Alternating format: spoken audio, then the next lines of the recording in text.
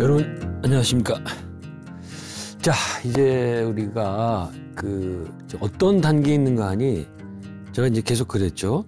우리 인간의 이 의식 발달 단계를 셋으로 나누어 보겠다고 했었죠. 물론 심리학자들마다 많은 단계를 나누기도 하는데 항상 간단하게 좋기 때문에 또 이 모든 종교가 얘기하고 있는 핵심적으로 말하고 있는 게 세 단계거든요. 그게 이제 1단계, 2단계, 3단계 나눠 봤고요. 1단계라는 것은 아직 내 자기의식이 생겨나기 전 단계. 그렇게 얘기했죠. 계속 그 설명을 많이 했습니다. 베이비, 아가들 단계. 예. 아직 내가 존재한다는 것을 모르는 단계. 그러다가 이제 2단계 올라오게 되면 바로 그게 뭔가 하니 자기의식이 생기면서 내가 이 세상에 존재한다는 것을 아는 단계. 이게 바로 이제 우리가 사는 현재 보통 사람들이 살고 있는 단계. 근데 이 단계의 문제는 뭐라 그랬습니까? 그러니까 자의식이 생기게 되면 그다음부터는 뭐다? 고생 시작! 이렇게 되는 거예요. 네. 그 힘든 이 고생의 세월이, 고행의 세월이 시작이 되는 겁니다. 그래서 불교에서는 이 단계 2, 2를 고해라고 그랬잖아요. 아예. 네? 그 고통이 그냥 조금 있는 게 아니고 그냥 바다로 이루어져 있다. 네? 이제 왜 그렇게 고생인가는 제가 많이 말씀드렸고 앞으로도 얘기가 나올 겁니다. 자, 그런데 이제 문제는 그럼 우리의 인생이란 게 이렇게 고생만 하다가 죽는 건가? 정말 이렇게 슬픈 건가? 이렇게 고생만 하고 살 바에는 이건 과연 우리 인생에 의미가 있겠냔 말이죠. 아무리 자식을 많이 낳고 돈을 많이 벌고 권력이 높아지고 땅이 많고 이래 봐야 네? 아무 소용없는 거거든요. 근데 인생은 이렇게 슬픈 것으로 끝나는 게 아니다. 답은 아니답니다. 그럼 어떻게 된다? 단계 3으로 가면 된다. 단계 3. 그게 바로 자초월 단계. 그리로 가게 되면 모든 문제가 풀리게 됩니다. 어떤 분은 그럴 거예요. 무슨 어떻게 모든 문제가 풀리냐. 그냥 서너 문제, 몇 문제 풀리는 거지. 그렇게 얘기할 수도 있는데 그건 아닙니다. 모든 문제가 풀려요. 근데 문제는 그 단계 3에 가는 게 쉽진 않아요. 제가 아직 살면서 거의 도달한 사람은 제가 못 본 것 같아요. 네. 적어도 한국에서는. 자, 이 단계 3에 가면, 세 번째 단계에 가면은 왜 그게 모든 문제가 풀리느냐. 문제만은 이원론, 모든 것을 나와 너로 가르고, 좋음과 나쁨으로 가르고, 이런 식의 가르는 이원론. 예? 선가에서 많이 얘기하잖아요. 거기서 벗어나서 불이론, non-dualism으로 가기 때문에.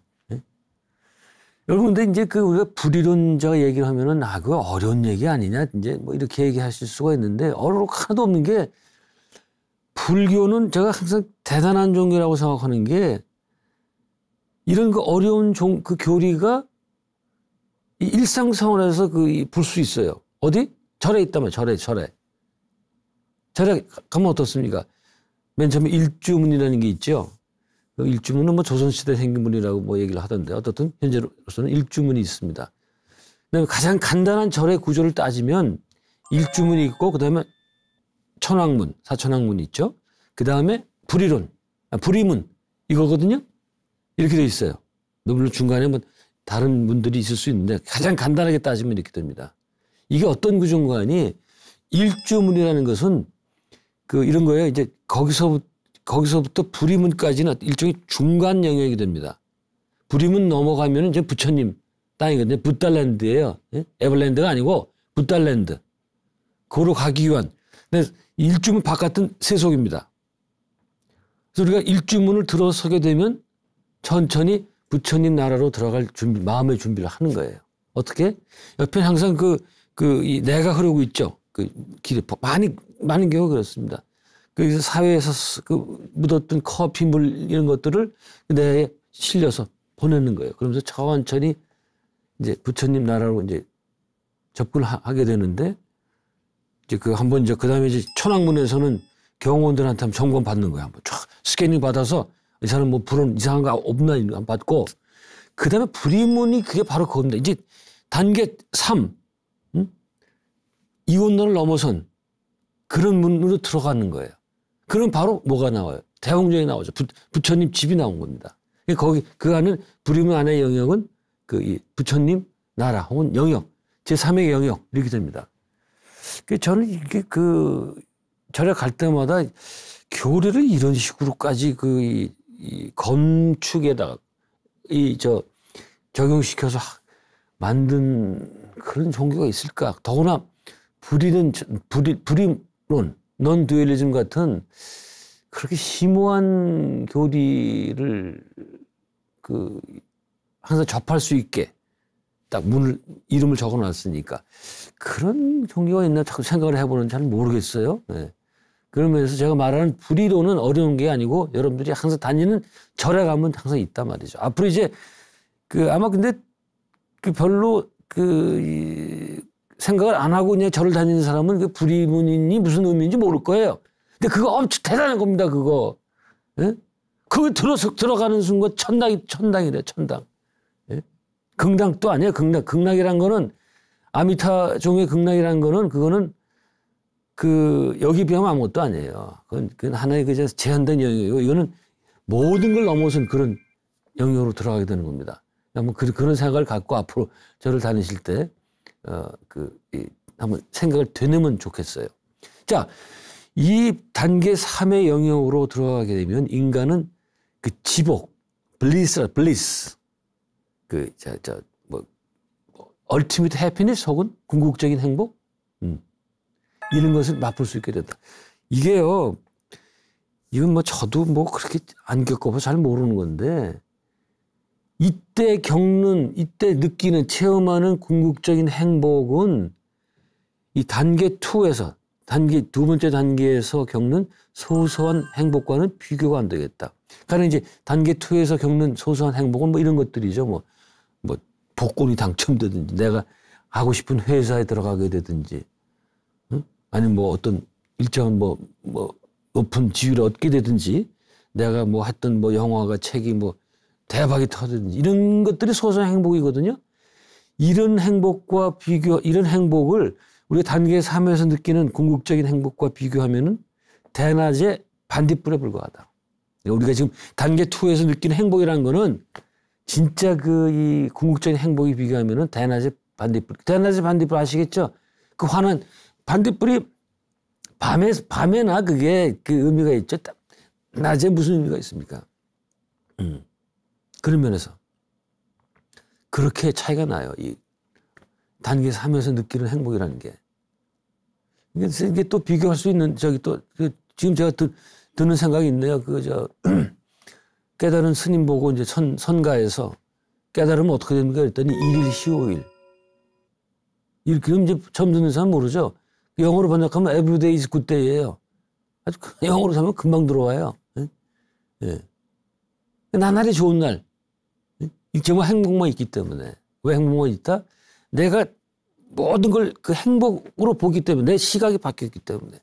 바깥 세상 똑같잖아요. 내가 바뀌었거든.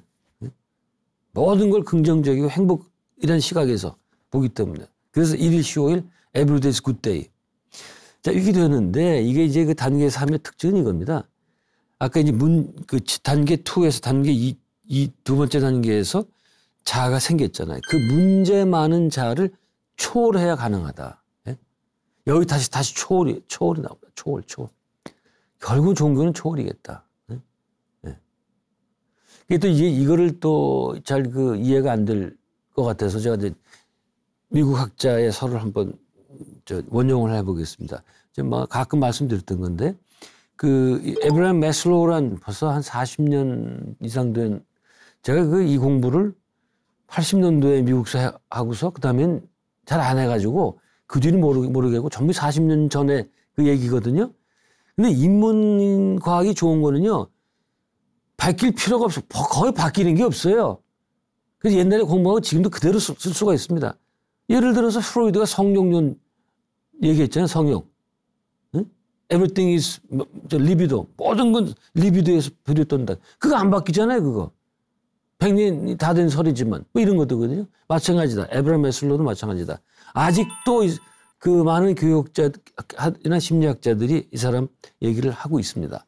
자, 이 사람 유명한 그 인간 욕구 단계설이라는 게 있죠. 인간 욕구가 이제 몇 단계가 있고 그 단계를 하나하나 이렇게 충족돼 나가면서 그러면서 이제 행복을 느끼게 된다. 일단 5단계로 나눈다고 그랬죠. 네. 제일 처음에 생리적 단계. 이건 뭡니까? 먹고 자는 거. 1차적 욕구 충족. 네. 이게 무슨, 그 다음에 안전이고 시큐리티에 대한 거거든요. 안전. 뭐 범죄라든가 전쟁 뭐 이런 것들, 사고, 이런 데 노출돼서는 안 돼. 사실 그렇죠. 네? 우리가 아무리 돈이 많고 그래도 전쟁이 나오면 아무 소용없잖아요. 행복하고는 관계가 없죠. 예. 지금 2023년 11월인데 그 지금 가자지구 거기 생각을 해보세요. 거기 무슨 인간의 행복이 있겠습니까? 그냥 미사일이 막 떨어지는데. 예. 우리는 여러분들 우리는 이제 전쟁을 안 겪어봤기 때문에 이 포탄이나 미사일 떨어지는 게 얼마나 무서운지 모르죠. 그 겪어본 사람들 얘기 들으면 이건 너무나 무서워가지고 그리고 그걸 아셔야 돼요. 이 전쟁 때 사람이 죽는 거는 총 맞고 죽는 게 아니고 뭐 7, 80%가 이 폭격으로 죽게 되거든요. 그럴 때 얼마나 무섭겠어요. 근데 거기서 무슨 행복이 어떻게 따집니까? 이런 식으로 지금 2번째 단계까지 왔죠. 근데 이 인간 욕구 발달로는 한 단계가 충족이 돼야 그 다음 단계로 갈 수 있어요. 만약에 생리적 욕구가 충족이 안 되면 끝난 거예요. 음식이나 잠을 제대로 못 자고 이렇게 되면은 행복하고 이제 빠이빠이. 그렇게 해서 한 단계씩 가야 되고, 그 다음에 월단이 안 돼요. 그러니까 1단계, 3단계 뭐 이렇게 올라갈 수가 없어요. 하나하나 올라가게 된다. 전 뭐 여기 동의합니다, 이게. 자, 그 다음에 사회, 소속감에 대한 것. 우리는 이제 보세요. 먹고 이제 잘 자죠. 그 다음에 안전 확보를 했죠. 그 다음에 근데 사회적인 요소가 들어가는 거예요. 인간은 뭐 아리스토텔레스가 얘기 안 하더라도 인간은 사회적 동물 아닙니까? 그래서 이 소속감을 갖고 있어야 된다. 혼자는 못 산다. 그게 제가 그 생각이 듭니다. 뭐 승려들은 혼자 아니냐 말이야. 예? 뭐 출가해가지고 무소의 뿔처럼 혼자 가겠다 이러는데 아니죠. 승려도 승단이 있잖아요.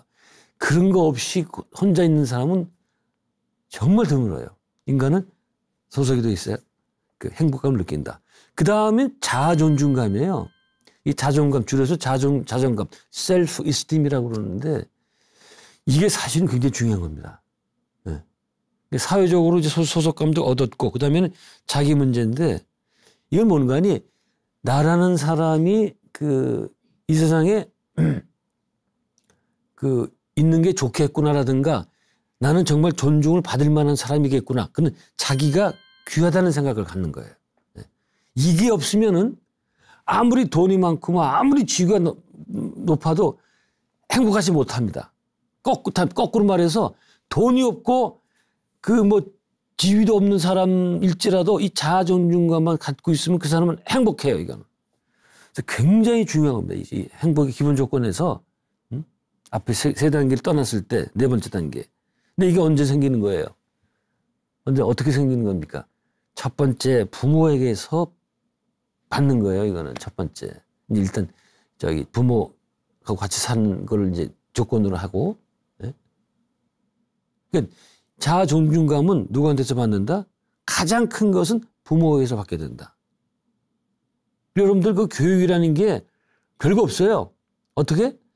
자식들한테 너는 정말 이 세상에 필요한 사람이고 너는 너 자체로 다른 거 다 필요 없고 너 자체로 귀중한 사람이다. 이런 감정을 심어주면 걔는 앞으로 일생 평등 아주 행복하게 살 수 있어요. 근데 그렇지 않고 모든 물질적인 그걸 다 베풀어주면서 맨날 그냥 너 왜 태어났냐? 너 같은 놈은 말이야. 맞아야 돼. 야, 너는 세상에 없는 게 낫겠어.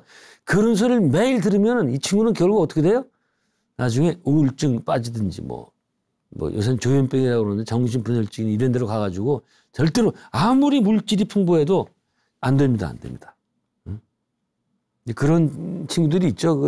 뭐 재벌이든 이런 데 보면은 좀 그 자존감이 안 잡힌 친구들이. 그리고 이제 남을 무시하는 친구들 많이 있잖아요. 좀 뭐 자기가 돈이 많다고 뭐 그러고 뭐 지위가 높다고 그러고 말이죠. 그건 뭔가 아니 자기를 그렇게 생각하는 거예요. 자기를 그렇게 하대하고 별거 아니라고 생각하기 때문에 남을 그렇게 대하는 겁니다. 자존감이 높은 사람은 절대 남을 함부로 안 대해요. 아시겠죠? 그리고 남을 이렇게 짓누르는 사람들은 본인이 열등감이 많은 사람이에요. 자존감이 높은 게 아니고. 제가 그 생각이 드는데 뭐 북한 사람들은 자존심이 세가지고 뭐라고 그러면 뭐 핏대를 내고 이런다는데 자존심이 아니에요. 열등감이 많으면 핏대가 나는 거예요. 열등감입니다. 그런 거는. 그 구별을 못 하더라고요. 그러니까. 자, 그만 빠지고. 자, 자아 존중감. 네 번째 왔죠. 그 다음에 마지막에 자아 실현의 단계. 이건 너무나 뭐 뻔한 얘기죠. 우리가 태어나서 제가 까르마 이론 얘기할 때도 많이 그런 얘기 했죠. 우리가 갖고 있는 좋은 이 재질 이런 것들 실현해야 된다. 난 이번 생에 피아노를 쳐가지고 나를 실현시키겠다. 이런 이제 까르마를 갖고 온 사람은 피아노를 쳐야 돼요. 방법이 없어요. 나는 가수, 딴따라가 아니고 저 뭡니까? 도로또 가수가 돼서 내 실현하겠다. 그럼 그런 사람들은 노래를 해야 돼. 그런 사람들이 어디 이 회사 가가지고, 하고 있으면 안 됩니다. 이런 거. 자, 이렇게 5단계를 얘기했거든요. 근데 자아 실현. 여기서 제가 빼놓은 게 있네. 이 자아 실현은 해도 그만, 안 해도 그만이 아니고 반드시 해야 되는 겁니다. 인간이 행복하려면.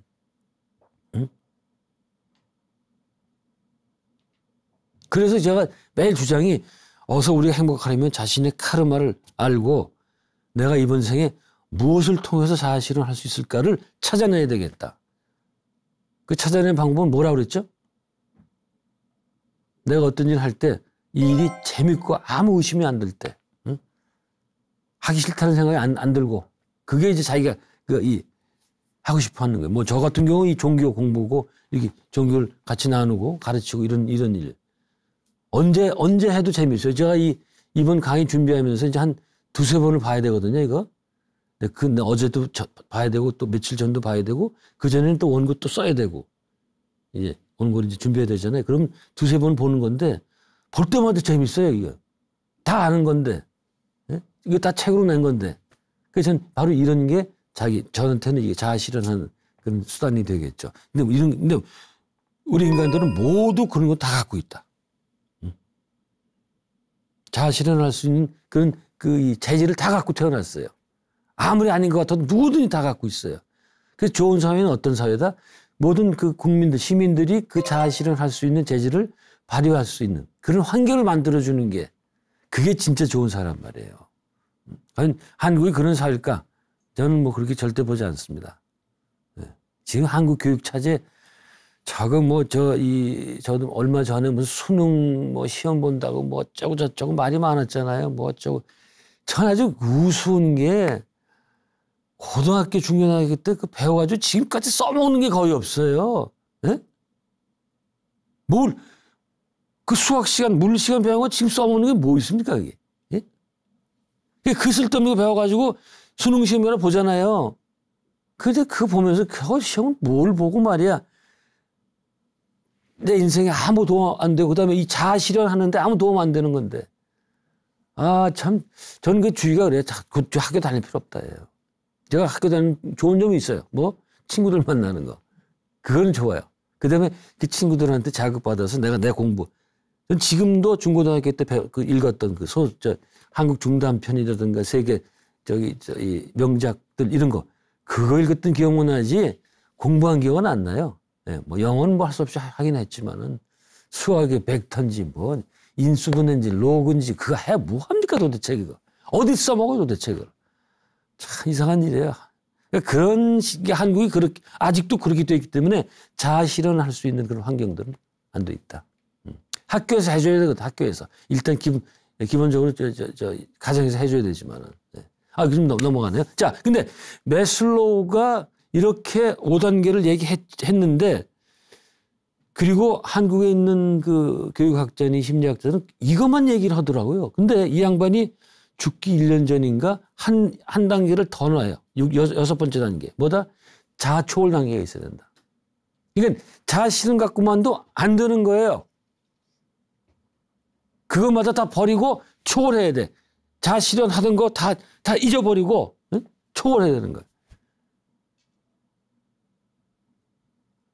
참 역시 이제 마지막 갈 때가 되니까 이제 이 얘기를 이 6번째 단계 초월의 단계를 얘기하는 것 같더라고요. 예. 참 갈 길이 멀죠. 예. 그러나 이거 가기 싫다고 안 가면 어떻게 된다? 안 됩니다. 다시 이제 반드시 이쪽을 가야도 돼 있어요. 근데 다시 말씀드리겠고. 자, 그럼 이렇게 온갖 고생만 하면서 사는 단계 2. 이게 과연 의미가 있는 것일까? 도대체 이 거지 같은 인생이 말이야. 아니면 X 같은 인생이, 예? 막 욕이 나오잖아요. 왜 인생이 모양이냐 말이야. 도대체 이게 의미가 있는 거냐? 답은 그렇답니다. 그렇다. 그럼 어떤 의미에서 그렇다는 거냐? 인간의 목표인 단계 3으로 가기 위한 중간 단계로서 의미가 있어요. 중간 단계. 이게 단계 2에 그냥 머물러 있으면은 전혀 의미가 없어요. 만약 단계 3가 없다면, 세 번째 단계가 없다면 여기서 살 필요가 없죠. 여기서. 우리는 단계 3으로 가기 위해서는 반드시 단계 2를 거쳐야 됩니다. 왜? 자아를 초월하려면 자아가 있어야 되잖아요. 그렇죠? 자아가 없으면 초월하고 말 것도 없잖아요. 그러니까 자아가 없다는 게 뭐죠? 1단계, 아직 생겨나기 전 단계니까. 1단계에서 무슨 자아를 어떻게 초월합니까? 아무것도 없는데. 무슨 이 베이비가 갑자기 얘가 무슨 저게 돼요? 도인이 됩니까? 이쪽 도계, 이 도 공부하는 세계에서는 어린이들은 무슨 저게 없어요. 천재 이런 거 없어요. 무슨 음악이라든가 이런 데서는 천재가 물리니 이런 데서는 어린아이들이 천재가 있을 수 있는데 이 도 공부하는 데서는 어린애가 천재가 없어요. 일단 자관 지가 어린아이 됐다가 2단계 와서 온갖 고생하고 그 다음에 3단계에 갈 수 있는 거예요. 예. 그게 안 됩니다. 자, 그럼 다시 이제 종합 복기를 한번 해보죠. 인간은 태어날 때 자아 개념이 없다가 두세경에 자아 개념이 생겨난다. 그런데 이게 어느 날 갑자기 생긴다기보다는 조금씩 변화되면서 굳게 자리를 잡게 된다. 이건 제가 제 손녀를 매일 관찰하면서 얻은 결론이에요. 이게 이전에는 그냥 어느 날 갑자기 땅 아담과 이브처럼 먹자마자 이게 선악과 먹자마자 눈이 밝게 열려가지고 자아의식이 생기는 줄 알았는데 그거보다는 조금씩 변화되다가 어떤 일정한 역치에 올라가면 이제 확실한 이 자아 개념이 생기게 되는데 그럼 언제 자아 개념이 확실하게 자리 잡았다고 볼 수가 있느냐? 그 징표가 있어요. 물론 언어 얘기할 때도 그렇지만 바로 아니라고 말할 때 요런 2살짜리 어린애가 아니 하고 영어는 no 이렇게 말할 때 그게 그럼 제가 그 말을 하게 되면 드디어 이제 자아 개념이 이제 딱 자리를 잡았구나 알 수 있겠다. 제 손녀 아이도 보니까 굉장히 예뻤는데 이 자아 개념이 들어가면서 제가 2살 좀 넘었거든요. 자아 개념이 들어가면서 얼굴이 벌써 고집이 생겨요. 얼굴이 안 이뻐지더라고요. 네? 아주 철저하게 아주 목도를 했습니다. 네. 이게 여러분들 예쁘고 싶은 분들은 자아 개념을 자꾸 이제 초월해야 돼요. 그럼 저절로 얼굴이 이뻐져 그냥. 네? 그건 나만 내가 이러면 이게 별로 얼굴이 안 이뻐져요. 그래서 미국에서는 그런 말이 있어요. terrible two. 아주 아주 징글징글한 2살이라는 말이 있어요. 왜? 바로 그때 자아 개념이 생기면서 no, 아니, 이러면서 말을 무지하게 안 듣거든, 그때부터. 제가 손녀 아이 보니까 그렇더라고요. 말을 더럽게 안 듣고 그렇게 고집 한 번도 안 피워도 내가 아무 이유 없이 막 고집을 피우고 말이죠. 예? 그 다음에 조금 발전하면은 나라는 단어, 나는 단어를 혹은 너는 그 다음에 나오는 것 같은데 그 사용하기 시작을 합니다. 그때는 나라는 단어를 사용하게 되면 이건 빼도 박도 못하게 자아 개념이 굳게 우리를 박은 겁니다. 그래서 어떻든 그때부터 이제 우리는 온갖 고통을 다 겪기 시작을 하고, 그리고 이 고통에서 벗어나는 방법은 단계 3으로 가는 것밖에 없다. 근데 이걸 누가 제시한다? 이곳으로 단계 3으로 가는 길은 인간이 하는 일 가운데에서 이 종교만이 제시한다. 그래서 종교가 굉장히 중요한 거예요. 제가 전공을 했기 때문에 중요하다는 게 아니고, 에? 왜? 다시, 에? 단계 3으로 가기 전에 인간은 행복할 수가 없다. 근데 우리가 인간의 삶을 뭐 여러 가지 정의하는 방법이 있는데 그 중에 하나는 인간은 행복하게 산다. 이렇게 할 수 있겠죠. 뭐. 예? 행복이 뭐 가득한지 뭐 행복 뭐 꽃길만 걸으세요 이러면서 말이죠. 행복을 추구하잖아요. 근데 세속적으로 추구하는 행복은 모든 것은 한계가 있다. 진정한 그 고통의 극복은 단계 3으로 가야 되겠다. 예? 우리가 이 단계 2에서는 어떤 방법으로 해보세요. 뭐 고통이 해결될 수 있는지. 아무리 돈이 많아도 그 돈이란 무슨 영화였더라, 그죠? 김강우 배우 나오던 영화였는데, 백운식 씨하고 창고에 그냥 돈이 그냥 한 몇 톤 쌓여 있더라고요. 뭐 세상에 그렇게 돈이 많아도, 어? 아무리 권력이 강해도, 아무리 유명해도, 아무리 인기가 많아도 괴로움에서 벗어날 수가 없습니다. 해보세요. 한번 되나 안 되나. 이게 사실 부처님은 이거 다 해봤거든. 예? 부처님은 좀 굉장히 예외적인 경우예요. 저는 그런 생각도 들어요. 나도 그거 다 해볼게. 부처님처럼 왕자로 태어나서 말이죠. 온갖 사치를 다 부리고 근데 온갖 사치는 아니에요. 부처님 그 나라 카필라라는 데가 일본 사람들이 발굴했거든요. 그게 제가 지금 기억하기로는 뭐 400 그 수도 그 성이 400m 뭐 50m 이것밖에 안 돼요. 별로 큰 나라는 아니에요. 그래서 나중에 이제 마가다국한테 먹혀서 이제 없어져 버리잖아요. 그때 부처님이 굉장히 화를 냈다는 뭐 뒷담화도 있는데 확실한 건 모르겠고. 그렇죠. 어쨌든 왕제로 태어나서 남들이 해볼 수 있는 건 다 했잖아요. 또 제가 일본 사람이 쓴 붓다의 일생, 아마 그 법정 스님이 번역한 것 같은데 거기선 부처님이 야소다라 말고 또 부인이 또 있다고 나오는 것 같은데 충분히 가능한 얘기죠, 그거는. 그건 뭐 왕자니까 무슨 모든 거 다 풍족하게 살았잖아요. 그런 다음에 그거를 버리는 건 쉽겠단 말이야. 왜? 해보니까 뭐 부처님처럼 예민하고 슈퍼컴퓨터가 보면 알지. 모르겠어요, 이거? 네? 근데 우리 문제가 뭐예요? 그런 거 겪어보지 못했잖아요. 그런 온갖 욕망을 누릴 수 있는 기회가 없잖아요. 돈도 없고, 뭐 기회도 없고 아무것도 없잖아요. 그러니 못 버리지, 그러니까. 혹시, 자꾸 욕망만 뒤쫓아가는 거예요. 그런 생각도 해보는데, 그런 면에서 예수라는 분은 참 특이해요. 이 양반은 가난한 집안에 태어나가지고, 아버지가 목수 아니에요, 아버지가. 큰아들로 태어나서, 그러면 이 양반은 아버지 그걸 이어가지고 목수가 돼야 되는데 목수가 안 되고 집을 나가버린 거라. 예? 그러고 그냥 가난하게 살았거든요. 그런데 어떻게 이게 다 별거 아니라는 걸 알고 이렇게 종교적인 리더가 될 수 있었는지 좀 재밌습니다. 어떻든. 자, 근데 이제 우리가 이 단계 2에서 이런 고통을 많이 겪게 되는데 여기도 사실은 이 고통도 의미가 있다. 어떻게? 인간을 단계 3으로 올리기 위한 것. 그러니까 우리가 계속 이 고통을 겪으면서 이거 여기서 어떻게 벗어나지 이러면서 잠깐 자기도 모르게 벗어날 고민을 하거든요. 바로 고통이 그런 데서 의미를 찾아볼 수 있겠다. 이제 대충 아시겠죠? 이 단계 2의 의미. 그럼 이제 단계 3이라는 거.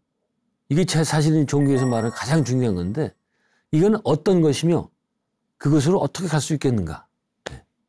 그게 이제 나중에 또 얘기하겠습니다만 바로 이제 불교의 그 사성제가 바로 그 얘기를 하는 거거든요. 집 있죠? 그다음에 세 번째가 멸. 이게 바로 단계 3의 상태를 얘기해 주는 거예요. 없어진 상태.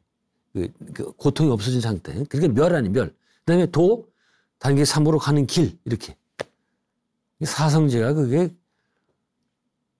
엄청난 거예요. 별거 아닌 것 지도는 보이잖아요. 이거 너무 간단한 것 같은데 사실은 이 고등 종교 또 이 모든 종교의 핵심이 거기 안에 다 있다. 예. 그리고 불교에서는 사성제를 얘기하지만 사실은 다른 종교도 그 핵심적인 가르침은 바로 이 단계 3으로 가는 종교. 그래서 그 단계 3으로 가는 길을 제시하는 종교들은 인류의 보편 종교가 돼요. 그게 뭐예요? 불교, 기독교, 이슬람교 같은 거. 뭐 힌두교도 뭐 좀 갈 수 있겠습니다만 그러나 유교 같은 경우에는 아니에요. 단계 3으로 가는 길을 제시하지는 않아요. 그래서 이거는 보편 종교가 되지 못하죠. 그냥 이쪽 그 중국, 한국, 일본 여기 월남 북부 월남 이렇게 그 동북아 문명권에서만 한정되는 그런 가르침으로 빠지게 되죠. 왜 그런가 유교는 보편적인 요소가 부족하기 때문에. 예. 그래서 그에 비해서 불교나 기독교, 이슬람교는 이런 보편적인 요소를 같이 갖고 있기 때문에 세계 종교가 될 수 있었다. 예. 그겁니다. 예. 그래서 우리는 그 단계 3에서 궁극적 실체, ultimate reality 이게 또 좀 어려운 단어처럼 들릴 수 있을 겁니다. 근데 또 따지고 보면 또 그렇지 않아요. 근데 이게 쉽게 얘기하면은 도를 깨닫는 거. 예? 그 길거리에서 도를 아십니까? 이제 그게 그 도가 아니고 그 이제 제가 무슨 도인지 제가 잘 알아요. 제가 이제 박사 논문을 그쪽으로 썼기 때문에 그 도가 아니고 이 진짜 도. 이게 바로 종교의 본령. 이걸 뭐라고 그랬습니까? 영원 철학이라고 얘기한다고 했었죠. Perennial philosophy. 영원 철학은 뭐 그 쉽게 그냥 풀어서 얘기하면 영원히 결코 변하지 않는 사상, 철학. 정말 절대 질 같은 얘기를 해요. 인간에게서 가장 중요한 이 가르침. 그리고 이것을 통상 신비주의, 미스티시즘이라고 불려왔다고 그랬었죠. 예. 제가 이거 한번 얘기했던 겁니다. 예. 그 세계 종교들은 각각 표방하는 교리는 다르죠. 그렇죠? 굉장히 다르죠. 겉으로 보면은 뭐 불교, 기독교 하면 이거는 전혀 만날 데가 없는 것처럼 보이는 그런 종교처럼 예? 느껴지잖아요. 그렇게 다른데 사실은 영원처럼 미스티시즘, 이 종교의 본령 부분에서는 공유하고 있어요. 공유. 예. 이게 바로 저는 그래서 이게 바로 종교의 핵이라고 할 수 있겠다. 이건 저는 이게 정말 중요한 거라서 좀 많이 좀 알리고 좀 같이 좀 공유했으면 좋겠는데 이게 관심 있는 사람이 별로 없어요. 그게 노자 도덕경에도 보면 이런 얘기 나오죠. 이런 도에 대한 얘기, 제가 지금 한 얘기 같은 거를 하면 하사, 상사, 하사, 중사, 하사가 있는데 이제 하사는 이제 아래치죠. 이런 밑바닥 사람들은 그런 도 얘기라면 비웃는다. 형하고 야 그게 무슨 뭐 그 도를 닦으면 뭐 내가 세금을 적게 내냐 뭐 복권이 당첨되냐 뭐 이런 식으로 하면서 이제 비웃는다 그러는데 그런 사람이 적지 않은 것 같아요. 제가 보기에는. 이런 얘기를 하면은 이 상사처럼 이게 맞아 이게 가장 중요한 거고 같이 얘기해보고 같이 이 길을 갈 수 있는 방법을 생각해보고 그런 사람은 모르겠어요. 저 많이 못 봤어요. 네. 그래서 맨날 혼자 떠들고 혼자 놀고 그래요. 그래서 이렇게 책을 써서 내도 뭐 반응들이 없고 참 문제입니다. 그게 참 이 전화기 때문에 전화기 책 보질 않아. 어떡하나 전화기를 갖다 버릴 수도 없고 말이죠. 자, 어쨌든 이 영원 철학, perennial philosophy란 그 용어를 처음 쓴 사람은 17세기의 그 철학자인 독일인가요? 라이프니츠라는 사람, 유명한 사람 있죠? 그 사람이 썼다고 그래요. 뭐 저는 직접 이렇게 원전을 보지 못했는데. 근데 이 철학이 유명하게 된 것은 얼더스 헉슬리. 제가 말씀 많이 드렸죠. The New Brave World. 훌륭한 신세계, 멋진 신세계란. 저도 굉장히 재밌게 봤던 책인데. 이 사람이요, 제가 까르마 얘기하고 죽음 얘기할 때 한번 얘기했는데 굉장히 신비주의에 관심이 많았었어요. 그래서 이 사람이 20세기 중반에 이 이름, The Perennial Philosophy, 영혼의 철학, 이런 제목으로 책을 냈습니다. 이 사람이. 번역본도 한국에 나와 있죠. 근데 솔직히 말하면 재미없어요. 저도 못 보겠더라고요. 각 종교에서 이 영혼 철학을 말하는 그 경전에서 그 부분을 빼가지고 이제 써놓고 뭐 본인이 편집을 했는데 재미없어요.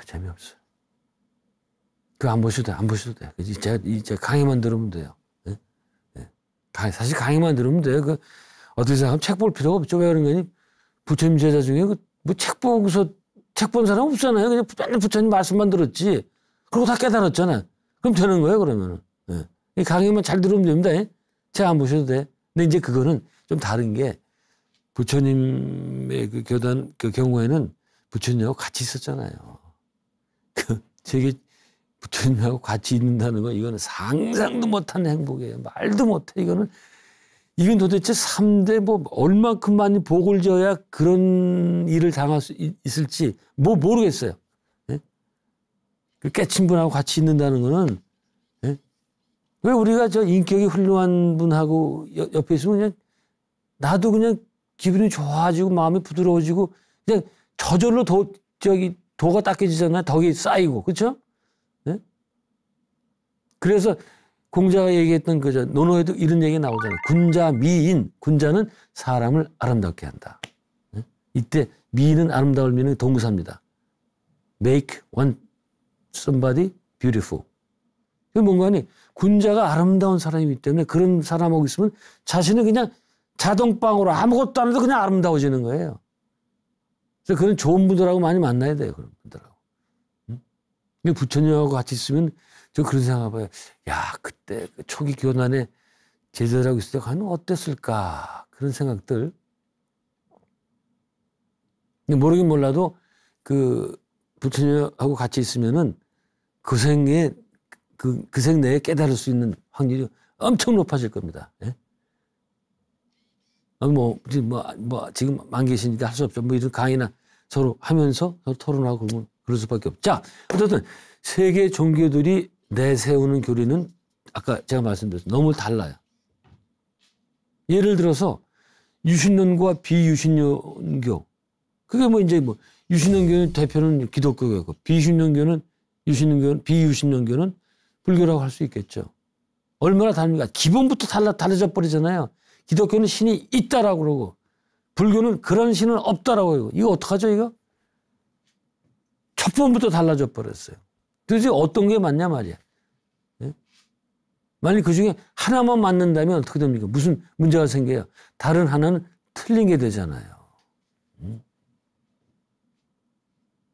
그렇다면 다른 하나 틀린 게 된다면 그러면 그 교리를 믿었던 그 지금까지 2000년, 2500년 그 신자들은 전부 속은 게 되는 거예요. 그 얼마나 이게 중요한 문제입니까? 어떤 게 맞는 건지.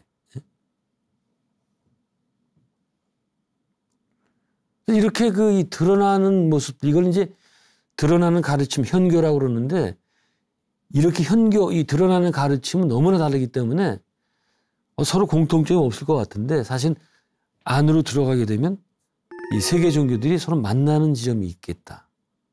어디? 얘기했죠? 신비주의. 예. 그러니까 기독교에도 신비주의가 있고 힌두교에도 있고 근데 불교나 힌두교 여기는 자체가 신비주의예요. 자체가. 신비주의자들 입장과 똑같은 주장을 하기 때문에. 또 이슬람에도 수피즘이라는 신비주의자가 있죠. 근데 문제는 기독교나 이슬람의 신비주의자들은 이단 취급을 당하고 억압을 받고 이랬어요. 특히 기독교에서. 이슬람도 그랬지만 기독교보다 덜 했거든요. 교리적으로 보면은 이슬람교가 좀 탄력이 더 있습니다, 사실은. 지금 죽을 수지만. 근데 기독교에도 에카르트 같은 사람이 있다고 그랬죠. 캐톨릭 신부였는데 신비주의자였거든요. 이 사람은 뭐라는 거니? 신은 아무 속성도 갖고 있지 않다. 아주 쉽게 이 사람이 서로 가장 간단하게 얘기하면은 이 사람 책도 보면 어려워. 재미가 없어요. 어려워. 근데 결국 뜻은 이거겠다. 아무 속성도 갖고 있지 않다. 그래서 공 혹은 무다 이렇게 얘기를 하거든요. 이 신이 속성을 갖고 있다는 얘기는 뭔가 아니? 이런 거예요. 우리 기독교에서 보면 그러잖아. 하나님은 사랑이시다. God is love 이러고서 막 찬양하고 말이야. 이러잖아요. 그게 바로 속성을 가진 모습이에요, 그게. 근데 제가 아마 다음 시간쯤 얘기할 것 같은데 신이 속성을 갖게 되면 문제가 돼요. 왜? 그 속성에 갇히게 됩니다. 응? 제가 다시 설명을 드릴게요. 그건 나중에 그게 왜 문제가 되는지. 이제 어쨌든 이 에카르트는 그 문제를 알았기 때문에 속성을 갖지 않다고 얘기해 버린 거예요. 공무. 그런데 이거는 불교에서 말하는 세상의 모든 것을 공이라고 하는 그 불교에서 말하는 것과 상당히 어떤 단어 자체는 같지 않아요. 그 속으로 들어가면 뭐 다른 바가 있겠지만, 이렇게, 이쪽도, 수피즘도 마찬가지예요. 수피즘 같은 경우 아주 재밌습니다. 어떤 수피, 신비교도죠. 이슬람의 평생을 이제 알라를 찾으러 다녔습니다. 하나님 찾아야 되겠다. 그래서, 어떤 이미지의 세계에서 이제 드디어 알라 면전에 왔어요. 그 앞에 봤더니 계단이 있어. 저기만 올라가면 알라를 만나는 거예요.